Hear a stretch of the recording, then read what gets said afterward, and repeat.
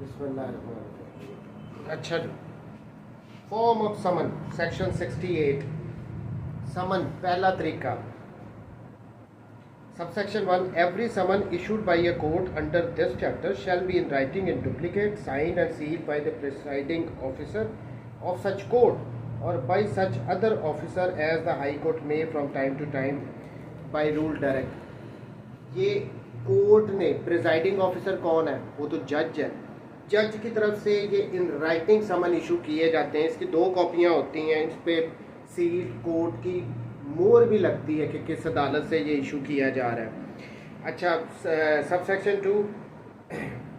Such summon shall be served by police officer or subject to such rules as provincial government may prescribe in this behalf by an officer of the court issuing it or other public servant. या तो police officer के through इनको करवाया जाएगा सर्व, या फिर वो कह रहे हैं प्रोविंशियल गवर्नमेंट भी बता सकती है कि किसी और पर्सन की तरफ से अगर इशू करवाना है तो उससे रिलेटेड भी वो रूल्स बना देगी कि कोर्ट के किसी अमले ने जाके इस पर तामील करवानी है। वो कोर्ट में तामीलिए होते हैं ना, जो जाके तामील करवाते हैं, उनके थ्रू भी करवाई जा सकती है अगर प्रोविंशियल गवर्नमेंट कह रही है। लेकिन पहले कह रहे हैं कि पुलिस ऑफिसर के थ्रू।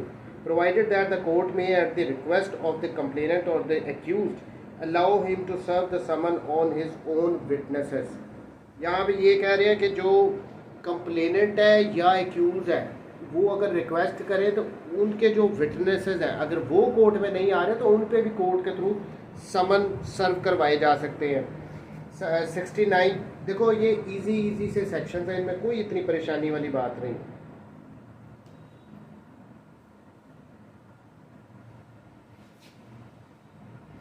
पुलिस ऑफिसर वो स्पेसिफिकली मेंशन कर रहे हैं shall be served by a police officer. अब ये थाने के थ्रू हो सकते हैं या फिर कोर्ट के थ्रू हो सकते हैं अगर तो हाई कोर्ट प्रोविंशियल। हाँ जी बिल्कुल वो कह रहे हैं ना, ये साथ ही कह रहे हैं प्रोविंशियल गवर्नमेंट अगर रूल बना दे on by an officer of the court issuing, तो कोर्ट का वो अमला वो भी सर्व कर सकता है। अच्छा जी, आगे 69 में समन हाउ सर्व के ये सर्व कैसे होने हैं। Subsection 1। The summon shall if practicable be serve personally on the person summon by delivering or tendering him to him one of the duplicates of the summons. पहली बात यह है कि कोशिश ये करनी है कि जिसके नाम का समन है ना उसी को जाके डिलीवर किया जाए, उसी को जाके उसकी एक डुप्लीकेट कॉपी दे दी जाए। प्लस उस पर रिसीविंग भी लेते हैं बैक साइड पे उसके दूसरी कॉपी के 2 कॉपियाँ, एक कॉपी जाके उसको दे देनी है।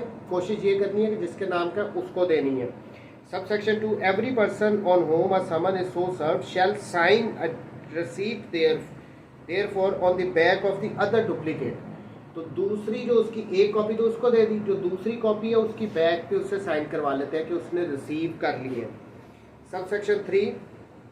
Signature of receipt of for someone service of a summon on an incorporated company or other corporate company may be effected by serving it on the secretary, local manager or other principal officer of the corporation or by registered post or letter addressed to the chief officer of the corporation in Pakistan. In such case, the service shall be deemed to have been effected when the letter would arrive in ordinary course of post. देखिए, हमने PPC में पढ़ा था कि person से मतलब यहाँ पे किसके अगेंस्ट केस हो सकता है। एक तो ह्यूमन बीइंग्स हो गए, उसके अलावा आर्टिफिशियल पर्सन्स भी हमने कंपनीज वगैरह फर्म्स वगैरह इनको भी पढ़ा था ना। अब उससे रिलेटेड ये कह रहे हैं कि उन कंपनीज के जो ऑफिसर्स होंगे, कोई मैनेजर होगा, कोई सेक्रेटरी होगा, उसके नाम का भी समन भेज सकते हैं। अब ऑब्वियसली वो तो आर्टिफिशियल कंपनी है ना, कोई फर्म हो गई वगैरह, तो उसको कैसे करना है, तो उसके मैनेजर जो ऑफिसर है उनको कर दो, पहली बात। दूसरा कह रहे हैं ये भी हो सकता है कि बाई पोस्ट उनको भेज दिया जाता है और ये कोर्ट ये मान के हम चलेंगे कि जितने दिनों में वो पहुंचता है ना, नॉर्मली वो पहुंच गया होगा। अगर इसको साबित करना हो उसको बाई पोस्ट भी सेंड किया जा सकता है और उसके मैनेजर्स, चीफ ऑफिसर्स वगैरह को भी भेजा जा सकता है ये समन तमील के लिए। 70। ये भी आसान सा। Service when person someone can not be found, भी जिसके नाम भेजा है समन अगर वो मिल ही नहीं रहा तो फिर क्या करोगे? फिर उसके कोई फैमिली मेम्बर के अडल्ट कोई भी मेम्बर उसको भेज दे देते होते हैं। where the person summoned cannot be exercise of due diligence be found, the summons may be served by leaving one of the duplicates for him with some adult male member of his family. किसी भी उसके घर का कोई adult member होगा ना, mail, उसको आप उस पर उसकी तमील करवा सकते हो. And the person with whom the summon is so left shall, if so required by serving officer, sign a receipt therefore on the back of the other duplicate.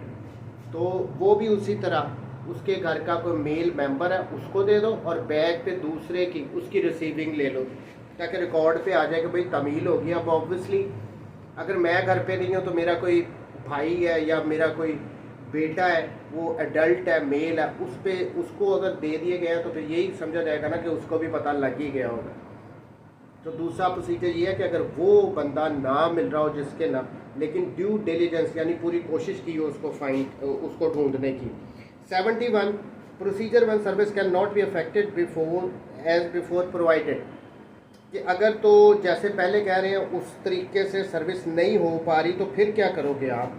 If service in the manner mentioned in 69 and 70 cannot be exercised of due diligence be affected, the serving officer shall affix one of the duplicates of the summons to some conspicuous part of the house of the homestead in which the person summoned ordinarily resides, and thereupon the summons shall be deemed to have been duly served. जो 69 और 70 में तरीके बताए हैं कि उस पर सर्व करना है या फिर उसके किसी मेल फैमिली मेम्बर पे करना है, अगर इस तरीके से नहीं हो रही फिर वो कह रहे हैं उसके घर के बाहर कहीं जो जहाँ से नज़र आ सकता हो, विजिबल हो, वहाँ पे लगा दो और हम ये मान के चलेंगे कि सर्विस की तामील हो गई है. ठीक हो गया, यहाँ तक कोई मसला नहीं. 72 service on the servant of state और ऑफ द रेलवे कंपनी. अब यहाँ पे पीपीसी और सीआरपीसी में ये रेलवे कंपनी का बड़ा तस्करा सुनते हैं. देखें ना कितनी पुरानी ये हमारी है, 1898 की, 1860 की हमारी पीपीसी है. उस दौर में रेलवे कंपनियाँ बहुत बड़ी मानी जाती थी. आजकल तो रेलवे को कोई पूछता ही नहीं है, लेकिन उस दौर में इसीलिए रेलवे का बड़ा मेंशन किया मिलेगा आपको जगह जगह पे रेलवे से related. Subsection 1 where the person summoned is in the active service of the state or of a railway company. कोई हाजिर सर्विस सरकारी मुलाजिम है या रेलवे का कोई मुलाजिम है, हाजिर सर्विस होना चाहिए. The court issuing the summons shall ordinarily send it in duplicate to the head of the office in which such person is employed, and such head shall thereupon cause the summons to be served in manner provided in 69 and shall return it to the court under the signature. सरकारी मुलाजिम है या कोई railway का मुलाजिम है, हाजिर service है तो उसके हेड को आप भेजेगी कोर्ट और वो उस पर तमील करके वापस कोर्ट को भेज देगा. इसमें यही था. 73 में क्या है, service of summon outside local limits. अगर तो किसी समन की सर्विस करानी है लेकिन वो उसकी कोर्ट की जो जुरिस्डिक्शन है उससे बाहर करवानी है तो फिर क्या होगा.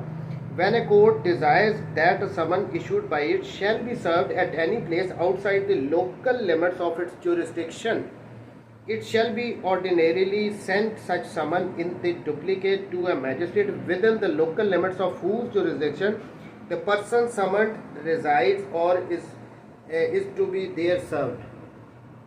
देखें हम यहाँ पे फॉर इंस्टेंस मुल्तान में खड़े हैं, एक और कोर्ट ने समन किसी पे सर्व करवाने हैं जो कि लाहौर में है.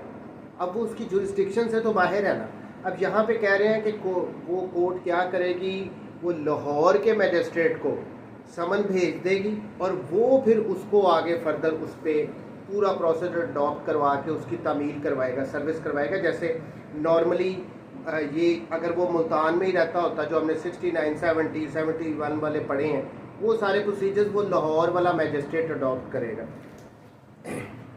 74 proof of service in such cases when serving officer not present. Subsection 1 subsection 1 when a summon issued by a court is served outside the local limits of jurisdiction, and in any case where the officer who has served summon is not present at hearing of the case. पहली बात होगी है कि समन अगर तो court की local jurisdiction से बाहर जाके उन पे सर्विस करवानी है। और दूसरा कि and in any case where the officer who has served the summons is not present at the hearing of the case. अच्छा, अब दूसरी सिचुएशन ये है कि देखें मुल्तान की कोर्ट ने लाहौर में जाके करवाने थे सर्विस समन की, लेकिन क्या हुआ वहाँ पे जिस ऑफिसर ने समन की सर्विस करवाई है वो जब मुल्तान में केस चल रहा है उस वक्त वो प्रेजेंट नहीं हो सकता, आके वो गवाही नहीं दे सकता कि जी मैं गया था, मैंने इन समन की सर्विस करवाई है। ये सिचुएशन आ जाए कि जिसने वहाँ पे outside the local limits service करवाई है उस समन की, वो ऑफिसर जब ये केस चल रहा है उस टाइम पे अगर वो आके गवाही नहीं दे सकता कि हाँ जी मैंने करवाई थी, तो फिर क्या करेगा वो, an affidavit purporting to be made by before a magistrate that such summon has been served and a duplicate of the summon purporting to be endorsed by the person to whom it was delivered or tendered or with whom it was left shall be admissible in evidence, and the statement made therein shall be deemed to be correct unless and contrary is proved। अब वो court में आ नहीं सकता था, मुल्तान आ नहीं सकता था वो लाहौर वाला ऑफिसर जिसने सर्विस करवाई है, तो वो एक एफिडेविट दे देगा और वो एफिडेविट यहाँ पे कह रहे हैं वो एडमिसिबल होगा, कोर्ट उसको मानेगी कि जो एफिडेविट पे ये कह रहा है वो बात ठीक है, इसने सर्विस की समन की सर्विस करवाई है। ठीक है, अब 2 में क्या कह रहे हैं, the affidavit mentioned in section may be attached to the duplicate of the summons and return to the court. वो एफिडेविट अगर तो उसको पता है कि वो कोर्ट में नहीं आ सकता तो वो साथ ही उस टाइम एफिडेविट भी लगा के, अब डुप्लीकेट उस जिस पे उसने रिसीविंग करवाई है उसने कोर्ट को वापस भेजना है ना मुल्तान वाली को, तो वो वहाँ से साथ ही अपना एफिडेविट भी लगा के भेज देगा कि जी मैंने इसकी समन की सर्विस करवाई है, ये इसका मैं एफिडेविट भी दे रहा हूँ। यहाँ तक कोई समझ नहीं आई बात तो पूछ लो, बड़ा सिंपल से है ये, कुछ भी नहीं है। कोई क्वेश्चन आप लोगों का? हाँ, ये मैंने आपको कहा है 14 चैप्टर तक ना ये काम बड़ा आसान है, उसके बाद कहानियाँ असल आनी है। अच्छा जी, ये समन वाला अब प्रोसीजर ख़त्म हो गया, अब आ गया वारंट वाला। अब ये बी पार्ट आ गया, warrant of arrest. From form of warrant of arrest, every warrant of arrest issued by a court under this code shall be in writing, signed by the presiding officer, or in case of a bench of magistrates by any member of the such bench, and shall bear the seal of the court। जो warrant होगा ना वो भी court की तरफ से बाकायदा writing में होगा, डुप्लीकेट उसकी 2 कापियाँ होंगी, फिर उस पर कोर्ट की स्टैंप भी होगी। साथ ये कह रहे हैं कि अगर वो हमने पढ़ा है ना बेंचेस ऑफ मैजिस्ट्रेट जो कि एग्जिस्ट तो नहीं करते, लेकिन अगर किसी बेंच ने मैजिस्ट्रेट के ने कोई वारंट भेजना है तो वो कह रहे हैं कि कोई एक मेंबर भी वो अगर उसको भेज देगा तो वो इनफ होगा। Number 2, continuous of warrant of arrest, every such warrant shall remain in force until it is cancelled by the court which issued it or until it is executed. कि ये कब तक ये वारंट जो है ये रहेगा कायम दायम। पहली बात कि या तो जिस कोर्ट ने इस वारंट को इशू किया वो इसको कैंसिल कर दे, दूसरा या फिर वो वारंट एग्जीक्यूट हो गया यानी उस बंदे को जिसके लिए वो वारंट इशू किया गया था उसको पकड़ लिया गया हो, एग्जीक्यूट हो गया हो, पर्पस हासिल कर लिया गया हो। तीसरा कोई तरीका नहीं है इसको ख़त्म करने का। अब यहाँ पे तो वैसे लिखा है ना कि जिस कोर्ट ने इशू किया है सिर्फ वही कर सकती है, लेकिन ऑब्वियसली हाई कोर्ट्स में जाके चैलेंज किया जाता है इन वारंट्स को और वहाँ पे वो कैंसिल भी हो जाती हैं। अच्छा, 76 में क्या कह रहे हैं, कोर्ट में direct security to be taken, any court issuing a warrant for arrest of any person may in its discretion direct and by endorsement on warrant that if such person executes a bond with sufficient sureties for his attendance before the court at a specified time and thereafter until otherwise directed by a court, the officer to whom the warrant is directed shall take such security and shall release such person from custody। यहाँ पे simply कहा है 76 में कि अगर court ये भी कह सकती है वारंट इशू करने के साथ कि भाई ये काबिल ज़मानत वारंट गिरफ्तारियाँ कि अगर आप उसको पकड़ो और वो कोई ज़मानत वगैरह दे रहा हो तो आप ले सकते हो। फिर वो मकसद तो इसका ये है ना कि उसको कोर्ट के सामने लाना है। तो कोर्ट कह रही है कि अब नॉन बेल बेलेबल ऑफेंसेज है या कोई छोटे ऑफेंसेज है, कोर्ट कर सकती है। यहाँ पे पूरी पावर है कि कोर्ट कहे कि उस वारंट के ऊपर ही लिख देगी कि भाई इतनी तक की आप श्योरिटी लेके तो इसकी बेल दे सकते हो इसको, और इसको पाबंद कर देना कि इस डेट को कोर्ट में आ जाना। सब सेक्शन 3 क्या है इसमें, sorry subsection 2, the endorsement shall state the number of sureties के उस वारंट पे लिखा जाएगा कोर्ट की तरफ से, अगर ये वो मेंशन करती है कि श्योरिटीज़ ले लेना कि कितने ज़मानती हिस्से लेने हैं, एक श्योरिटी काफ़ी है, 2 श्योरिटीज़ काफ़ी हैं। मैं श्योरिटीज़ की बात कर रहा हूँ, यानी कितने बंदों की ज़मानत इसके लिए लेनी है। श्योरिटी बॉन्ड होती है वो जो मचलके देते हैं, वो जो बॉन्ड्स देते हैं, वो श्योरिटीज़ श्योरिटी बॉन्ड देते होते हैं।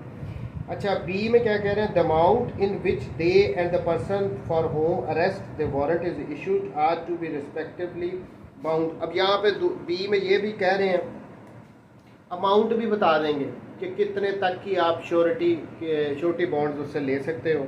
सी में the time at which he is to attend before the court, और ये भी मेंशन किया होगा कि किस डेट पे कितने बजे आपने कोर्ट के सामने हाजिर होना है।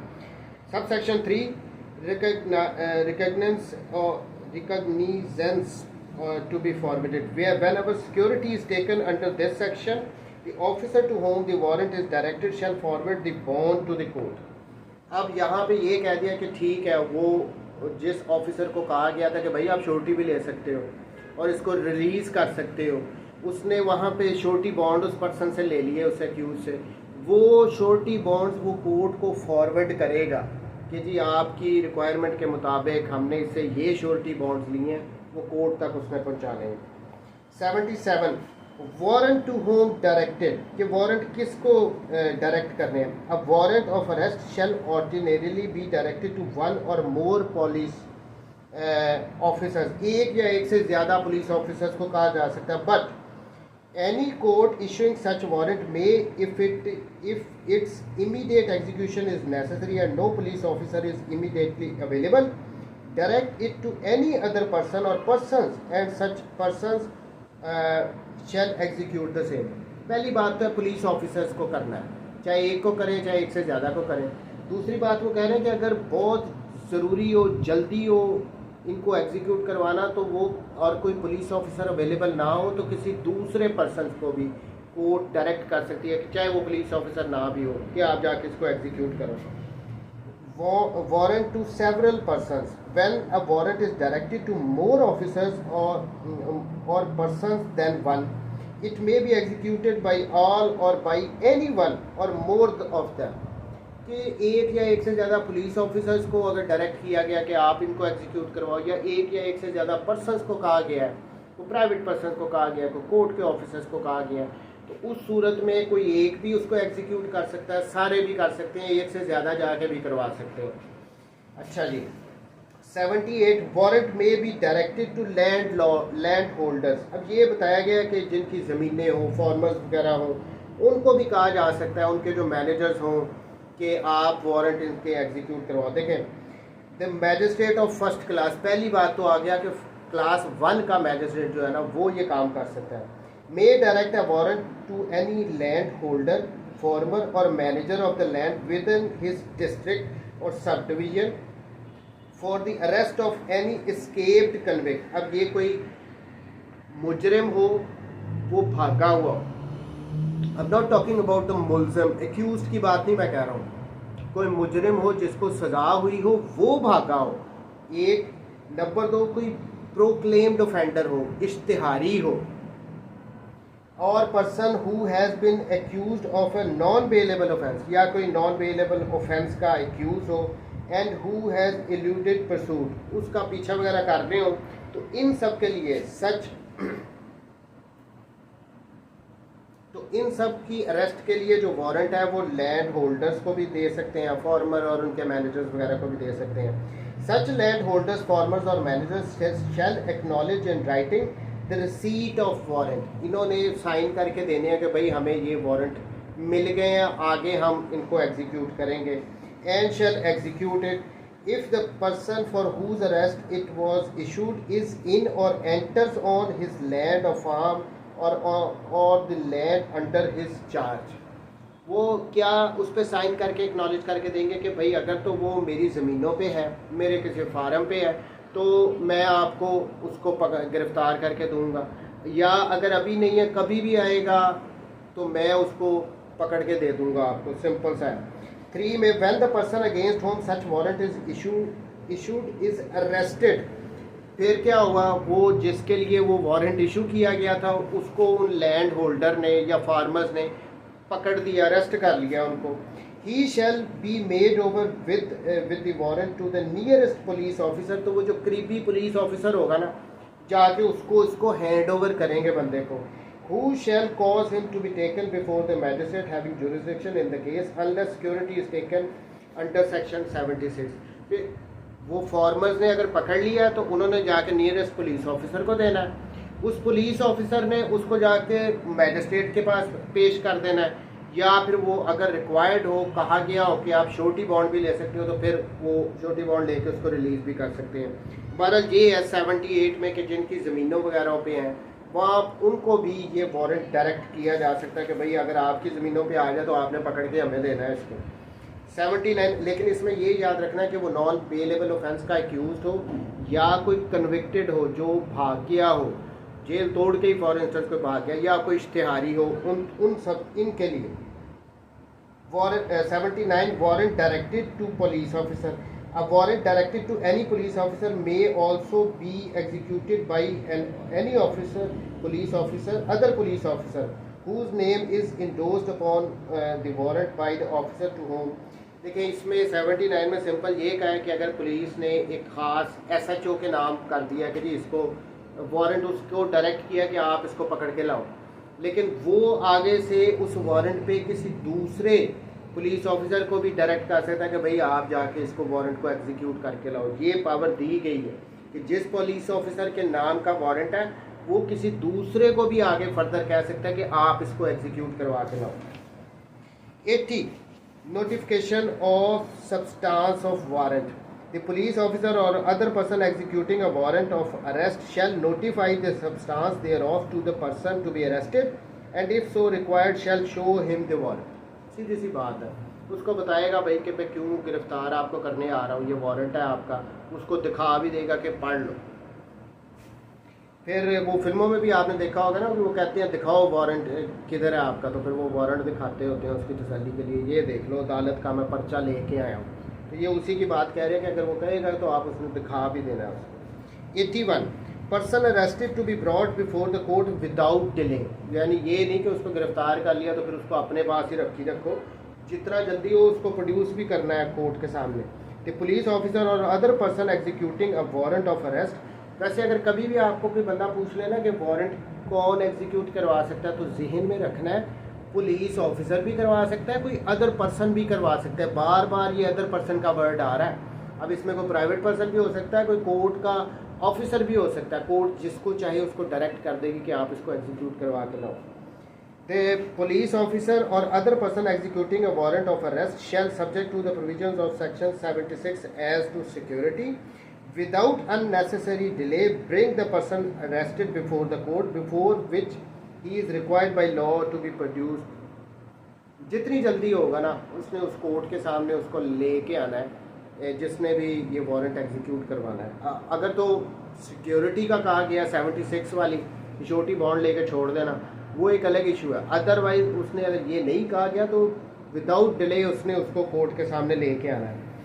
Where warrant may be executed. A warrant of arrest may be executed at any place in Pakistan. Pakistan में कहीं पे भी इसको एग्जीक्यूट करवाया जा सकता है. अब आगे 83 से जो सेक्शंस आ रहे हैं ना, ये बता रहे हैं कि अगर पाकिस्तान की ज्यूरिसडिक्शन से बाहर वारंट को एग्जीक्यूट करवाना हो तो उसका क्या तरीकाकार होगा. 84. Warrant directed to police officer for execution outside jurisdiction. Subsection 1. When a warrant directed to a police officer is to be executed beyond the local limits of the jurisdiction of the court issuing the same, ही नहीं ये sorry वो बाद वाले section आएंगे, ये है कि अगर वारंट को उस कोर्ट की जुरिस्डिक्शन से बाहर सर्व करवाना, जैसे हमने समन का पढ़ के आए थे ना, ये उसी तरह अभी वो पाकिस्तान से बाहर वाली जुरिस्डिक्शन नहीं आई, वो एंड वाले सेक्शंस में आएगी।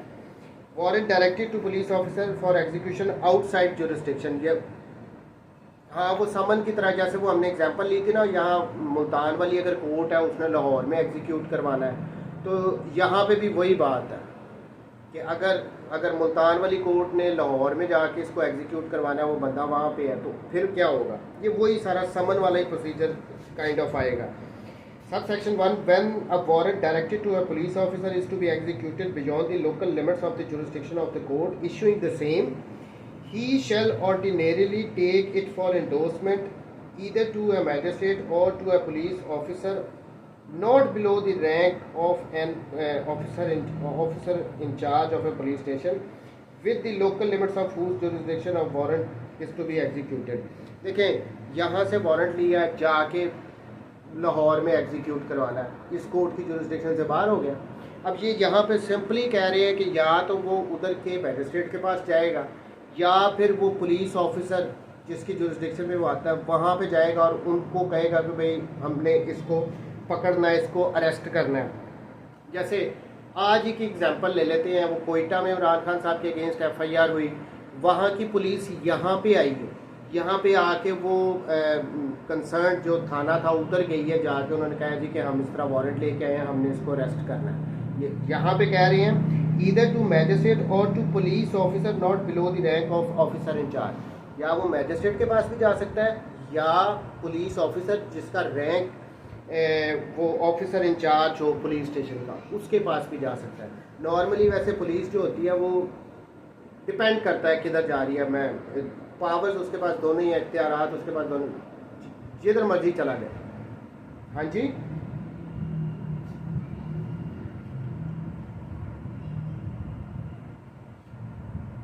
आपकी बुक में DSP लिखा हुआ, अच्छा DSP,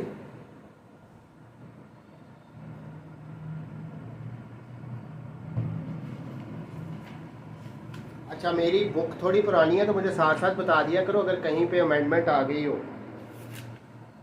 देखो अब वो यहाँ पे मेरी वाली बुक है, अब ये 16 वाला एडिशन, इसमें तो अभी तक रेलवे चल रहा है, पर जहाँ पे भी मेरी कोई लैंग्वेज में आ जाए तो ऑब्वियसली इसका मतलब है क्या वो अपडेट हो गई है बात, मेरी वो बुक पुरानी वाली है इस वजह से हो रहा है। पहले 2 ही सब सेक्शन रह गए ना, 1 और 2, 3 और 4 अमेंड हो चुके हैं। 85 प्रोसीजर, अच्छा when a warrant of arrest is executed outside the district in which it was issued, the person arrested shall, unless the court which issued the warrant within 20 miles of the place of arrest or is nearer than the magistrate or district superintendent of the police within the local limits of whose jurisdiction arrest was made, or unless security is taken under section 76, be taken before such a magistrate or district superintendent।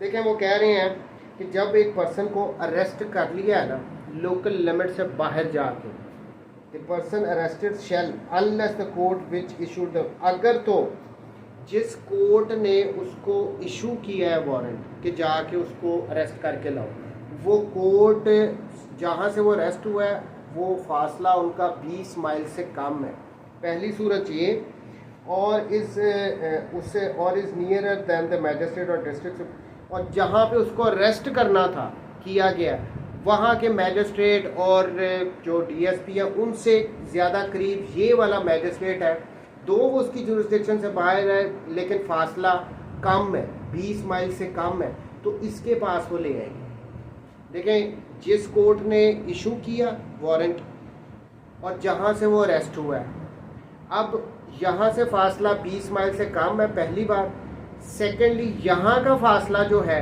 उधर के magistrate या DSP का फासला जो उसको arrest करने वाली जगह है वहाँ से ज़्यादा है, तो फिर उसको सीधा इधर ले आएंगे जिस कोर्ट ने वो वारंट इशू किए। ओहो बहुत बड़ी गलती हो गई आज मेरे से, मैंने ये माइक लगाना था वो मैंने लगाया ही नहीं है, पता नहीं अब आवाज़ आई है कि नहीं आई, बहरहाल रिकॉर्डिंग चल रही नहीं, उसमें मेरी रिकॉर्डिंग में पता नहीं इसकी आवाज़ आती है या नहीं आती, क्योंकि इनको मैं रिकॉर्ड भी कर रहा हूँ ना साथ साथ, वो जो कहते हैं कि रिकॉर्डेड लेक्चर भी हमने मिस कर दिया उस वजह से। चलो, जो जिस कोर्ट ने इशू किया अगर वो ज़्यादा करीब है ना तो वो सीधा पकड़ के उसके पास ही ले आएंगे, इसको और सिंपल इस तरह कर लेते हो, ठीक है। उनका फासला अगर ज़्यादा है।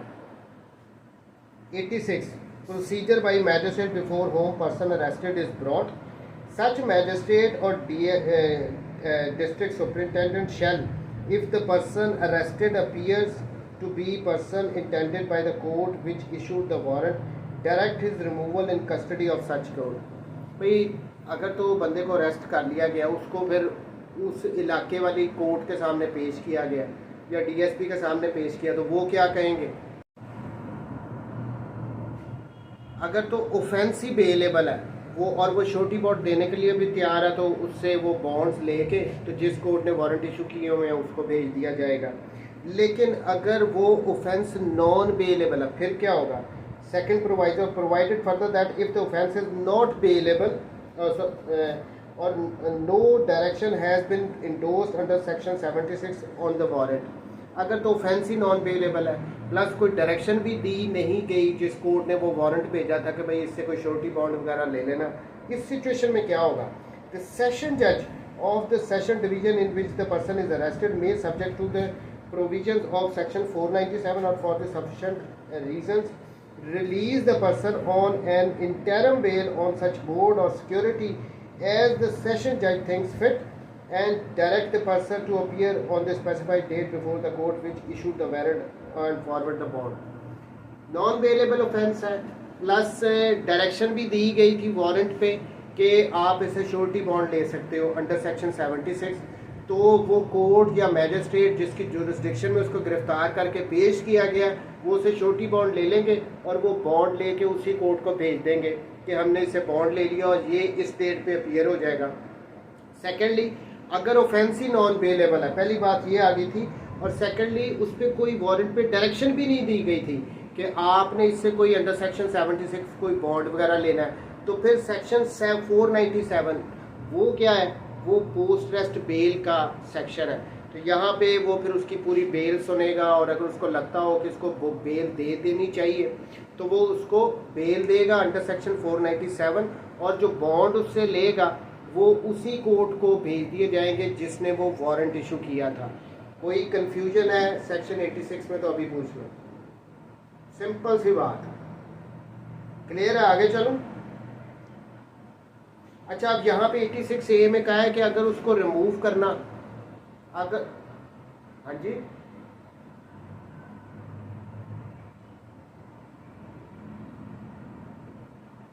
हाँ, तो खुद पढ़ोगे तो आ जाएगी, कुछ ना कुछ मेरी बात दोबारा पढ़ोगे तो याद आ जाएगी। अब इसमें तो मैं कुछ नहीं कर सकता हूँ, वैसे आ जाएगी समझ। एक दो दफ़ा दोबारा पढ़ो ना, बेयर एक्ट की लैंग्वेज को समझना ही असल काम होता है, वो आप जैसे जैसे पढ़ते जाओगे वो आनी शुरू हो जाती है।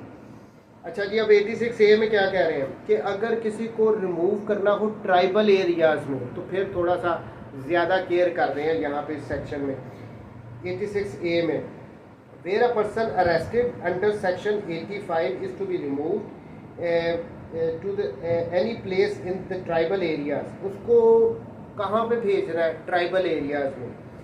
He shall be produced before a magistrate within the local limits of whose jurisdiction the arrest was made, and such magistrate in directing the removal shall hear the case in the same manner and have the same jurisdiction and power as nearly as may be, including the powers to order the production of evidence as if the person। देखें, वहाँ पे जो अभी तक हम सुन रहे थे कि जो 85 के थ्रू किसी पर्सन सेक्शन 85 में अरेस्ट करके उस बंदे को, तो जहाँ पे वो अरेस्ट किया गया वहाँ की मैजिस्ट्रेट के सामने उसको पेश करना है या डिस्ट्रिक्ट सुपरिटेंडेंट के पास पेश करना है, वो फिर आगे उससे बेल भी ले सकता है अगर नॉन बेलेबल है, वो सारा प्रोसीजर था। यहाँ पे कह रहे हैं कि भाई अगर तो उसको अरेस्ट करके तो ट्राइबल एरिया में उसको भेजना है, ठीक है, वहाँ की किसी अदालत में, वहाँ पे उसको भेजना है। इस सिचुएशन में जो मैजिस्ट्रेट होगा ना जहाँ से उसको गिरफ्तार किया है, वो बाकायदा इस केस को सुनेगा, इस पे एविडेंस वगैरह को देखेगा, और अगर उसको देखे ना यहाँ पे प्रोडक्शन ऑफ एविडेंस, वो एविडेंस भी बुलाएगा। as if the person arrested were charged with an offence committed within the jurisdiction of such magistrate. वो इस तरह इस केस को सुनेगा कि जिस तरह उसकी खुद की jurisdiction में उसने ये काम किया है. And such magistrate shall direct the removal of the arrested person in custody if he is satisfied that the evidence produced before him raises a strong or probable presumption that that the person arrested committed the offence mentioned in the warrant. वो satisfy होगा तो फिर वो tribal area में उसको भेजेगा. अगर वो नहीं सेटिस्फाइड तो फिर नहीं उसने भेजना, उसने इनकार कर देना कि भाई आपका तो केस ही इतना स्ट्रॉन्ग ही नहीं है, एविडेंस ही कोई ख़ास नहीं है इसमें.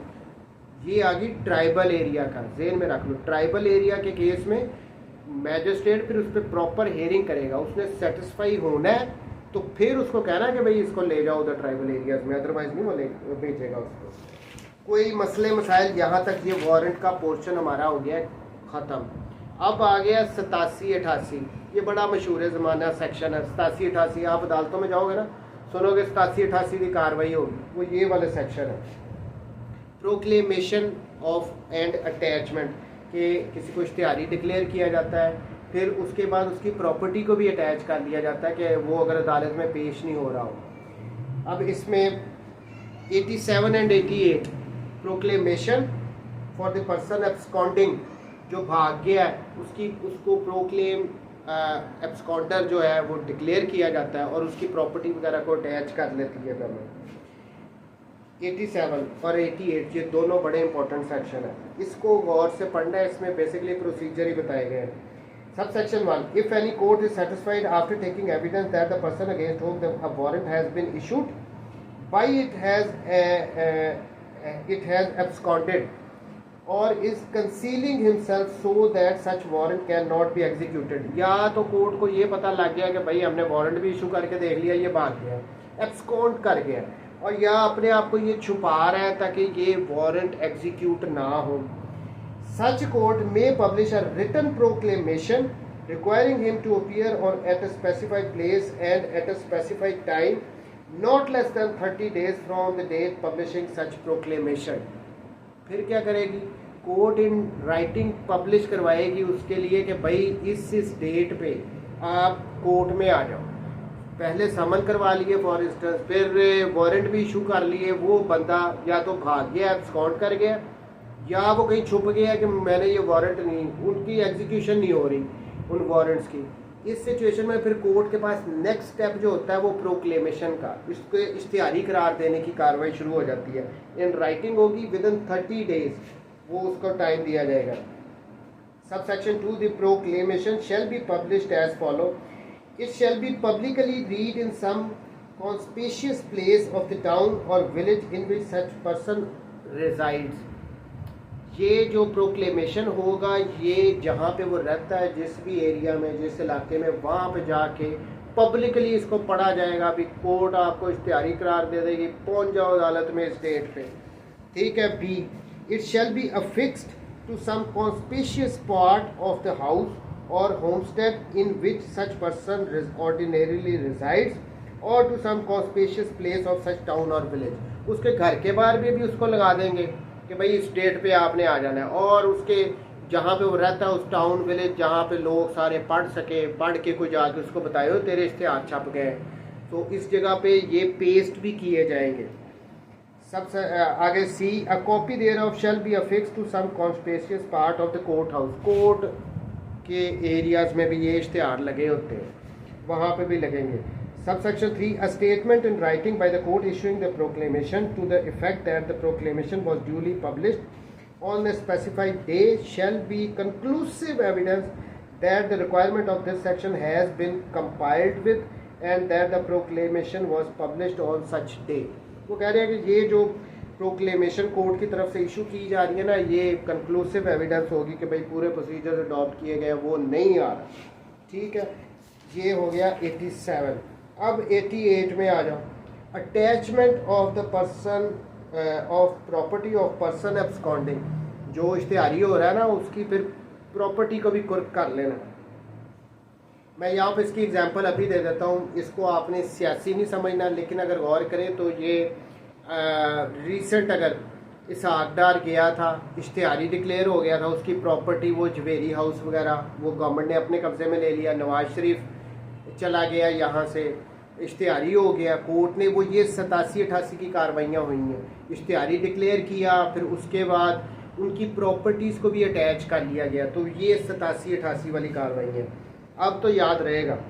88 अटैच, अच्छा, subsection 1, the court issuing a proclamation under section 87 may at any time order the attachment of any property, movable or immovable or both, belonging to the proclaimed person। किसी भी वक्त कोर्ट फिर उसकी प्रॉपर्टी को attach करने का भी order कर सकती है, चाहे मूवेबल हो चाहे इमूवेबल हो, दोनों हो तो दोनों को भी कोर्ट कह सकती है इनको अटैच कर लो। Subsection 2, such order shall authorize the attachment of any property belonging to such person within the district in which it is made, and it shall authorize the attachment of any property belonging to such person without such district when endorsed by the session judge within whose district such property is situate। वो कह रहे हैं within district तो वो करा सकता है attachment, without उसकी जुरिस्डिक्शन से बाहर किया है अगर तो फिर भी वो करवा सकता है, लेकिन एक कंडीशन है कि सेशन जज से वो इंडोर्स करवाएगा कि उसने अपनी जुरिस्डिक्शन से बाहर की कहीं पे उसकी किसी प्रॉपर्टी को अटैच करवाना है। तो subsection 3, if the property order to be attached is a debt or other movable property, अगर तो वो प्रॉपर्टी कोई डेट वगैरह या फिर कोई मूवेबल प्रॉपर्टी है, the attachment under this section shall be made by seize, कि उसको पकड़ लो यानी कब्जे में ले लो। अब कोई साइकिल, मोटरसाइकिल, कोई कार वगैरह है वो इस किस्म की प्रॉपर्टी है तो उसको सीज कर लो। By the appointment of a receiver, या कोई इस पर रिसीवर अपॉइंट कर लो। फिर क्या अटैच कर सकते हैं अगर एक बंदे की, ये तो एप्लीकेबल ही तब होगा ना कि अगर उसकी कोई प्रॉपर्टी है, पता लग जाए, रिकॉर्ड तो होता है लैंड रेवेन्यू में कोई इमूवेबल प्रॉपर्टी है, कोई अगर उसकी गाड़ी मोटरसाइकिल है तो वो रिकॉर्ड होगा ना गवर्नमेंट के पास, सूबाई हुकूमत के पास। हाँ जाहिर बात है, फिर क्या गवर्नमेंट अटैच ही, अगर है तो फिर तो अटैच होगी, अगर नहीं है तो फिर नहीं होगी। अच्छा जी आगे क्या था? By an order in writing prohibiting the delivery of such property to the proclaimed person or to any other person on his behalf, उस प्रॉपर्टी को अपने कब्जे में ले लेगी, उसको उस पर कोई रिसीवर भी अपॉइंट कर सकती है, उस पर यह भी हुक्म दे सकती है कि किसी और दूसरे बंदे को ट्रांसफ़र ये नहीं करनी। कोई डेट वगैरह पता लग गया, इसमें वो पैसे पूसे बड़े, किसी ने इसको डेट देना है तो वो सारा कुछ उस तक नहीं पहुंचने दिया जाएगा। By all or any two such methods as the court thinks fit, तो कोर्ट को इन सब में से जो भी लगता है मुनासिब वो कोर्ट कर लेती है। 4 में ये कहा गया था कि अगर वो प्रॉपर्टी अनमूवेबल है तो डेफिनेटली उस पर फिर रिसीवर अपॉइंट होता है। The attachment order to be attached is immovable, the attachment under this section shall in case of land paying land revenue to the provincial government be made through the district officer revenue in which the land is situated। तो वो जो अगर वो obviously उसकी कोई immovable property है, वो land revenue भी सूबाई गवर्नमेंट को पे कर रही है, तो वो यहाँ पे कह रहे हैं कि डिस्ट्रिक्ट ऑफिसर रेवेन्यू उसके थ्रू जो है वो पोजेशन उसका वगैरह लिया जाएगा। सॉरी क्या करेगा? बी मेड थ्रू,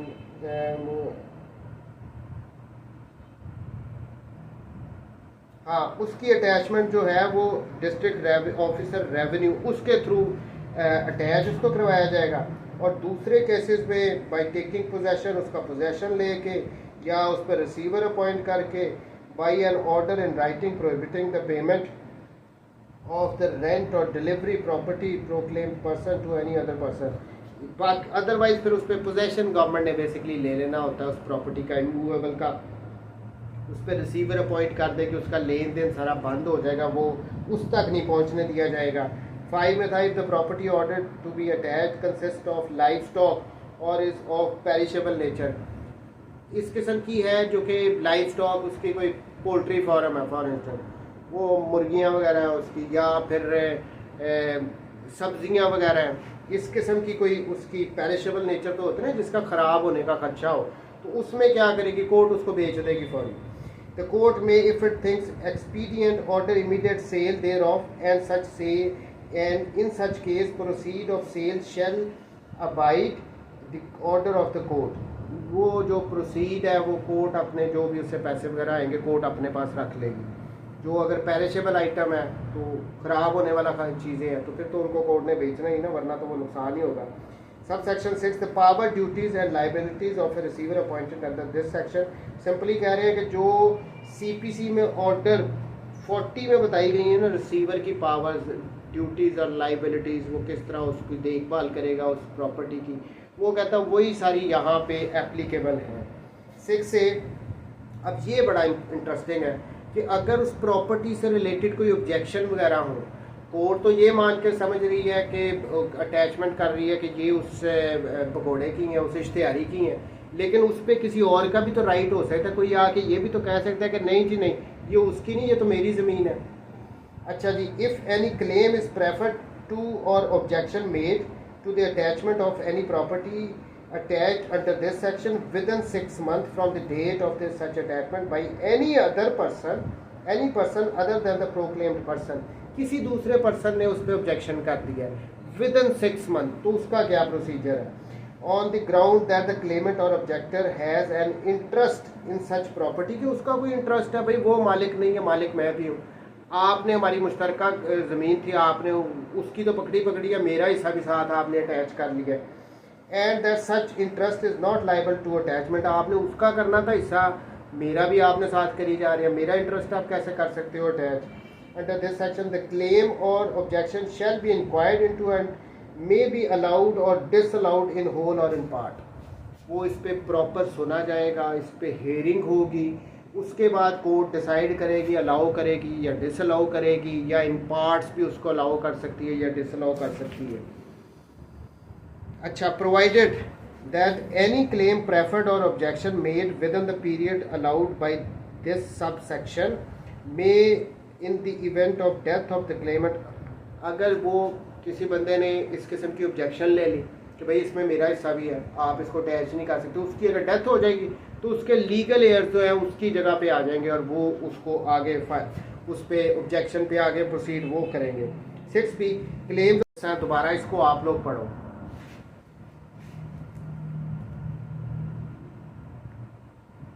आप ही पढ़ो Mohsin. 6B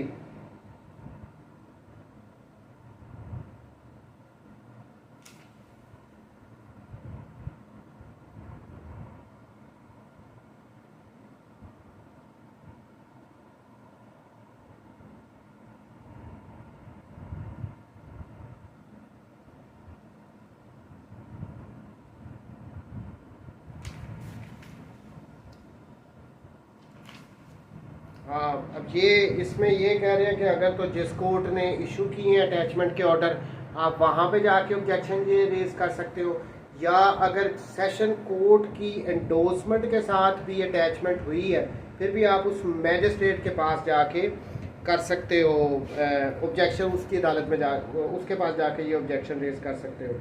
6C Every such claim or objection shall be inquired into by the court or magistrate in which it is preferred or made। Inquiry वगैरह करेंगे, देखेंगे कि इसका ऑब्जेक्शन ठीक है या नहीं ठीक है, उसी कोर्ट ने करनी है।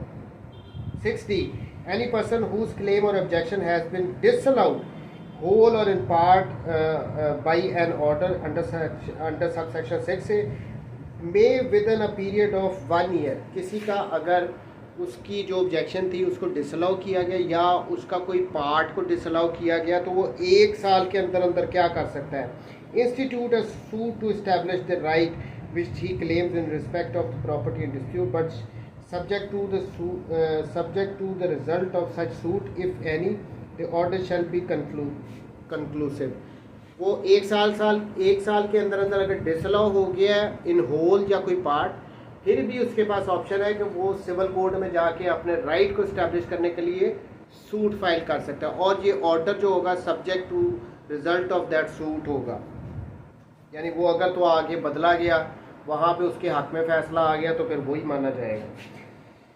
आगे कौन सा था हमारा 6E, if the proclaimed person appears with in the time specified in proclamation the court shell make an order releasing the property from attachment. अगर तो वो आ गया तो अटैचमेंट उसकी ख़त्म कर दी जाएगी प्रॉपर्टी की। 7 क्या है, if the proclaimed person does not appear with in the time specified in the proclamation the property under attachment shall be at the disposal of the provincial government। अगर तो वो नहीं अपीयर हो रहा जो टाइम उसको कहा गया था कि आप आ जाना, तो फिर ये उसकी जो प्रॉपर्टी अटैच हो रही है ये उस सूबे की प्रोविंशियल गवर्नमेंट के पास उसकी डिस्पोजल पे होगी। But it shall not be sold until the expiration of 6 months from the date of the attachment. जब उसको प्रॉपर्टी को अटैच करना है ना, उसके बाद 6 महीने तक उसको सेल नहीं किया जाएगा। And until any claim preferred or objection is made, या फिर अगर कोई ऑब्जेक्शन आ गई है तो जब तक वो सॉल्व नहीं होगा मसला तब तक भी उसको सेल आउट नहीं किया जाएगा। Has been disposed of under subsection unless it is subject to speedy or natural decay or court consider that the sale would be. अगर तो वो ऑब्वियसली वो इस किस्म की पेरिशेबल आइटम है, उसने पड़ी ने ख़राब हो जाना है, उसको बेचना ज़रूरी है। ये कोर्ट को लगे कि हाँ जी ये ठीक बात है, इसको बेच दिया जाए, तो फिर वो बेच सकते हैं। अदरवाइज़ 6 महीने तक वेट करना है, या कोई जो ऑब्जेक्शन रेज की गई हैं उनका वेट करना है कि वो जब तक ना पूरी हो जाए। ठीक हो गया। 89 में क्या कह रहे हैं, restoration of attach property if within 2 years, अगर 2 साल के अंदर अंदर from the date of attachment any person whose property is or has been at the disposal of the provincial government under subsection 7 of section 88 appears voluntarily or is apprehended or brought before the court by whose order the property was attached or the court to whom such court is subordinate and proves, यानी अगर तो वो पकड़ा जाए, खुद ही आके अदालत में पेश हो जाए कि जी लो जी मैं आ गया हूँ, और सेटिस्फैक्ट्री आंसर दे कि वो क्यों पहले नहीं पकड़ा जा रहा था, क्यों कोर्ट के अंदर वो पहले नहीं आ रहा था, ठीक है ना। Prove to the satisfaction of the court that he did not abscond or conceal himself for the purpose of avoiding execution of the warrant and that he had not such notice of the proclamation as to enable him to attend the specified time. उसको वो आ गया ना वापस, या वो पकड़ा गया, उसने कोर्ट को बताना है, सेटिस्फाई करना है कि भाई वो क्यों नहीं कोर्ट में आ रहा था, उसको वारंट का पता नहीं था, उसको प्रोक्लेमेशन का पता नहीं था, ये उसको कोर्ट को सेटिस्फाई करना होगा। Such property or if the same has been sold the net proceed of the sale or if part only thereof has been sold the net proceed of the sale and the residue of the property shall after satisfying thereout all cost incurred in the consequence of attachment be delivered to him। तो उसको अगर तो उसने satisfy कर दिया ना, तो जो उसकी प्रॉपर्टी है अगर तो वो बेच दी गई थी तो उसके पैसे, या अगर उसका कुछ हिस्सा बेचा गया था तो उसके पैसे, लेकिन जो खर्चा वगैरह हुआ है सारे प्रोसेस में उसको कोर्ट निकाल के बाकी जो पैसे बचेंगे वो उसको दे देगी। या अगर उसकी थोड़ी सी प्रॉपर्टी बेची है, थोड़ी अभी पड़ी है, तो जो बची हुई प्रॉपर्टी है वो भी उसको वापस दे देगी, लेकिन अगर वो सेटिस्फाई करेगा तो ठीक है, कोई मसला मसाइल। ये 70, 87, 88, 89 इनको गौर से डिटेल में पढ़ना कि ये क्या है, बहुत इजी है, कुछ भी नहीं हमारे सामने कुछ मिला है। देखिए पहले समन इशू की है, नहीं आया, वारंट इशू की है, नहीं आया, प्रोक्लेमेशन कर दिया, इश्तिहारी इकरार देने की कार्रवाई शुरू, नहीं आया जो टाइम दिया गया था, प्रॉपर्टी अटैच, मूवेबल भी होगी, इमूवेबल भी होगी, उसके बाद वो उस पर प्रॉपर्टी पे रिसीवर अपॉइंट करेंगे। अगर तो वो इस किस्म की हुई कि वो ख़राब होनी है तो उसको बेच भी सकते हैं। फिर अगर उसने आके सेटिस्फाई कर दिया, वो पकड़ा गया है, उस सूरत में अगर बेची हुई है तो उसको पैसे वापस। ये है 87, 88, इसमें कोई इतनी परेशानी वाली बात नहीं है। चैप्टर 14 से असल कहानी शुरू होनी है। अच्छा जी, डी क्या है, अदर रूल्स रिगार्डिंग प्रोसेसेस। अच्छा ये बड़े मज़ेदार है। 90, a court may in any case in which it is empowered to by this court to issue summon for the appearance of the person issue after recording its reason in writing a warrant of arrest। देखिए अगर तो court कहीं पे समन issue करना चाहती है ना, कर सकती है, लेकिन उसकी जगह पे वो वारंट भी इशू कर सकती है, लेकिन उसको रीज़न देनी पड़ेगी। समन नहीं करने, सीधे वारंट कर दो, समन के साथ वारंट कर दो, ये बताया गया। if either before the issue of the such summon or after the issue of the same, but before the time fixed for his appearance, the court sees reasons to believe that he has absconded or will not obey the summon. अगर court को ये लगता है कि समन मैं issue तो कर दूं लेकिन ये इसने फिर भी नहीं आना, उससे पहले इसने भाग जाना है या फिर उसने इनको ओबे ही नहीं करना इन समन्स को, तो वो इसके साथ साथ वारंट भी इशू कर सकती है, इसके बदले में भी कर सकती है। मेन any power to issue summon, warrant भी कर सकती है। इफ एट सेकंड क्या कह रहे हैं, if at such time he fails to appear and summon is prove to have been duly served in time to admit his. दूसरी बात ये कि समन उसको इशू किए, वो उसकी तमील भी होगी लेकिन जो टाइम बताया गया तो उस पर वो नहीं आया तो उसके वारंट इशू हो जाएगा। ठीक है, ये सिंपल सी बात थी। इन ल्यू ऑफ भी हो सकते हैं ना, देखें 90 के आप हेडिंग देखें, issue of warrant in lieu of, बदले में, समन की बजाय कर सकते हैं वारंट इशू, और इन एडिशन टू समन, या फिर समन के साथ साथ कोर्ट वारंट भी एक ही वक्त में दोनों ही कर दो, समन नहीं करने वारंट कर दो, ये दो रीज़न, या फिर समन के साथ साथ वारंट दोनों इकट्ठे ही कर दो इशू, ये कोर्ट कर सकती है। 90 में 91 power to take bond for appearance, when any person for whose appearance or arrest the officer presiding in any court is empowered to issue summons or warrant is present in such court, such officer may require such person to execute a bond with or without sureties for his appearance in such court. किसी बंदे को पकड़ने के लिए, उसको arrest करने के लिए समन या वारंट इशू करना हो और लेकिन वो कोर्ट में हो तो कोर्ट वहीं पे उससे बॉन्ड लेके तो काम को आगे चला सकती है, उसको कह सकती है कि इस डेट पे आ जाना, अगर वो खुद ही उस टाइम पे वो कोर्ट में खुद ही है तो। 92 arrested by breach of bond for appearance, when any person who is bound by any bond taken under this code to appear before a court does not so appear, the officer presiding in such court may issue a warrant directing that such person be arrested and produced before him. एक बंदा है,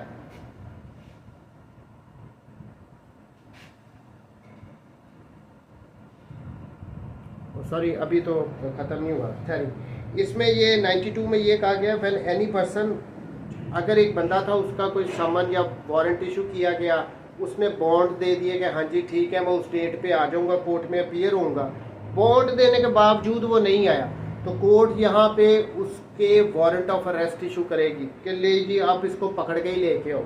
देखिए when any person who is bound by any bond taken under this code to appear before a court does not so appear, the officer presiding in such court may issue a warrant directing that such person be arrested and produced before the court. उसने bond दिया फिर भी court में नहीं गया, फिर उसके warrant of arrest he issue करेंगे कि लेके ही आओ, अब इसको गिरफ्तार करके ही लाओ।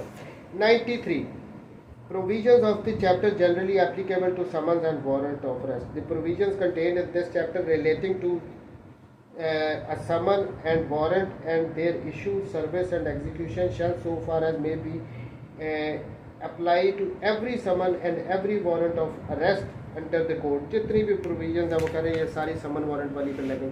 ई ये था वो जो मैं कह रहा था कि अगर के पाकिस्तान की लिमिट से बाहर किसी को समन या वारंट भेजने हो तो उसका क्या प्रोसीजर है। 93 है sending of summon for service outside Pakistan, Pakistan से बाहर। Subsection 1 where a court in Pakistan desires that a summon issued by it to an accused person shall be served at any place outside Pakistan within the local limits of the jurisdiction of a court established or continued by authority of the federal government in exercise of its foreign jurisdiction, it shall be sent। देखें यहाँ पे कह रहे हैं कि अगर कोई एक ऐसा एक्यूज है जो कि फॉरेन कंट्री में, यूके में हम एग्जांपल ले लेते हैं, पाकिस्तान की कोर्ट ने वहाँ पे उस पर समन सर्व करवाने तो कैसे करवाएंगे। यहाँ पे कह रहे हैं कि जो उस फॉरेन टेरिटरी में ऐसी कोर्ट्स हैं जो कि पाकिस्तानी फेडरल गवर्नमेंट के अंडर एस्टेब्लिश्ड हैं, ये समन उनको भेज दिया जाए कि वो एग्जीक्यूट करवाएंगे उसको। अब देखें ना जो एम्बेसीज वगैरह है बाहर वाली, बाहर के मुल्कों में, वहाँ पे एक आधा जज भी बैठा हो सकता है कि वो अगर फेडरल गवर्नमेंट ने इस्टेब्लिश की है उस मुल्क में उसको भेज दिए जाते हैं, वो फिर आगे उसको एग्जीक्यूट करवाते हैं।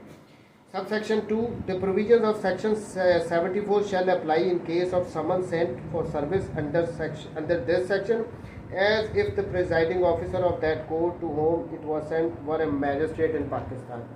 यहाँ पे वो जो 74 वाला हम पीछे सारा पढ़ के आए ना, वही प्रोसीजर एप्लीकेबल होगा जो बाहर वाली हमने कोर्ट को भेजा जो कि पाकिस्तानी फेडरल गवर्नमेंट के अंडर है, वो उसको उसी तरह एग्जीक्यूट करवाएगी जिस तरह 74 में करवा रही है।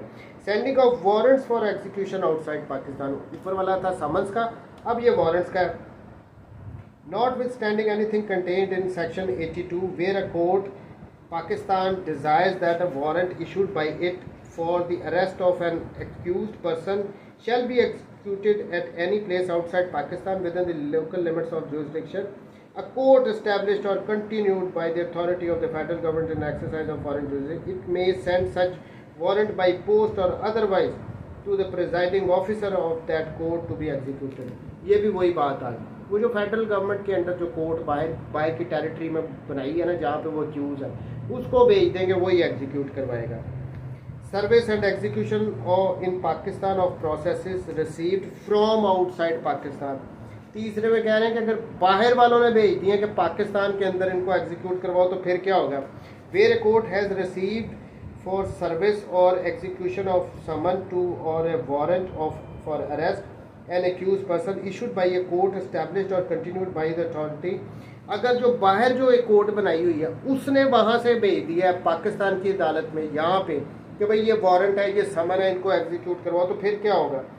It shall cause the same to be served or executed as if were summon or warrant received by it from a court of Pakistan for service or execution within the local limit.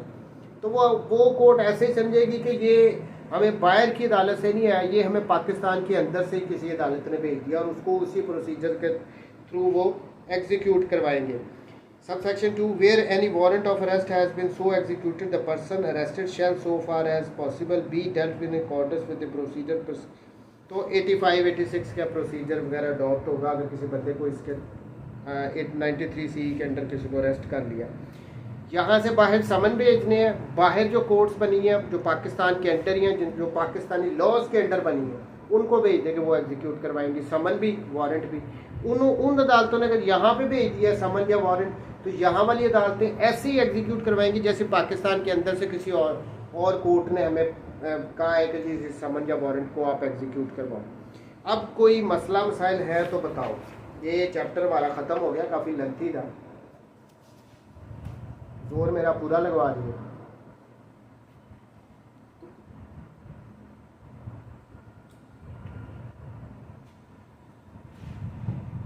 आपकी आवाज़ नहीं ठीक आ रही, क्या कह रहे हो आप।